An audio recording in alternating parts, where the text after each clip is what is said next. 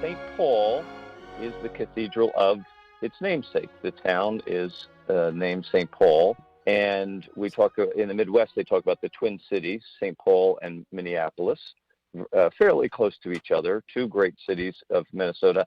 And what's interesting is that St. Paul is also the state capital.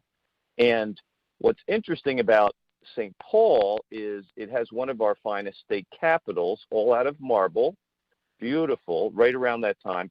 And it's on a rise above the river. The cathedral is on an even higher hill right across town. So there's St. Paul has this big space in the middle with a park, and on either end, a couple miles away, are these two domes. One is in marble, white marble, the capital, and the other is in it's a copper dome over a gray granite building for the cathedral. So St. Paul, there's a really nice dialogue between church and state there. Most of these buildings, really big, thick stone walls, very thick, maybe 8 feet thick in places. And then as you go up, it gets thinner and thinner and thinner, and you put balconies and you hide corridors and things like that. But then the dome is made out of steel. So you have this masonry building. In this case, it's granite, gray granite from Minnesota, and then the dome is a metal structure. It looks like it's masonry, and then the interior is interesting too, because you have this gray granite exterior, and granite's very hard to carve. It has a lot of ornament and carving, and St. Paul and St. Peter on the outside, and angels and disciples and Christ sending the disciples out. Has a lot of that, and that's actually very hard to do in granite carve, especially in 1904. On the inside, Masquerade's favorite material, more economical, is the Minnesota limestone. You may have seen this in places. It's more of a yellow limestone. It's very yellow, and people call it Minnesota travertine. So he has gray exterior, yellow interior. The interior has a lot of stone also, and then plaster ceiling, and very ornate, a lot of carving, a lot of craftsmanship.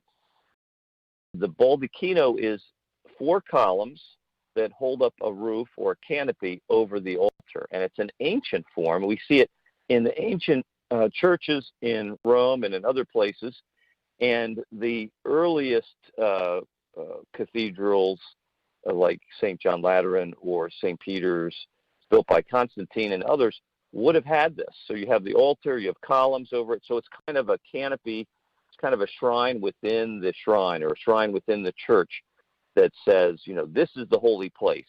And we see that at St. Pat's, and we see that again at St. Paul's, a great marble baldachin to emphasize. And I've always said, why do you need to do that? Well, you don't need to do a baldachin in a small church, but in a big church, it really helps to focus your attention, your eyes on the thing that is crucial for the Mass, which is the altar and the tabernacle.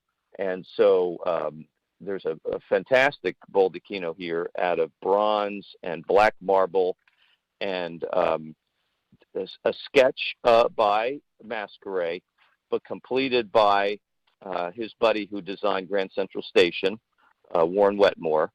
And it has amazing bronze top, canopy, and volutes, and that's the singular image of the saint that the church is named after, is actually on the baldacchino. Right. He doesn't get a side altar or a side statue. He's right over the main altar.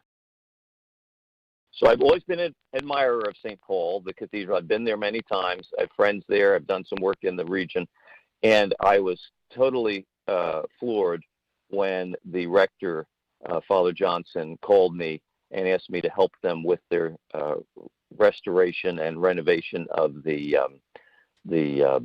great organ that they've had they've had it for about 50 years, 60 years, and it's been modified. But here was the problem. It never had a fancy, beautiful organ case. And he said, the case needs to fit the church. This is a great cathedral. It's a shrine to St. Paul. We need an organ case that fits.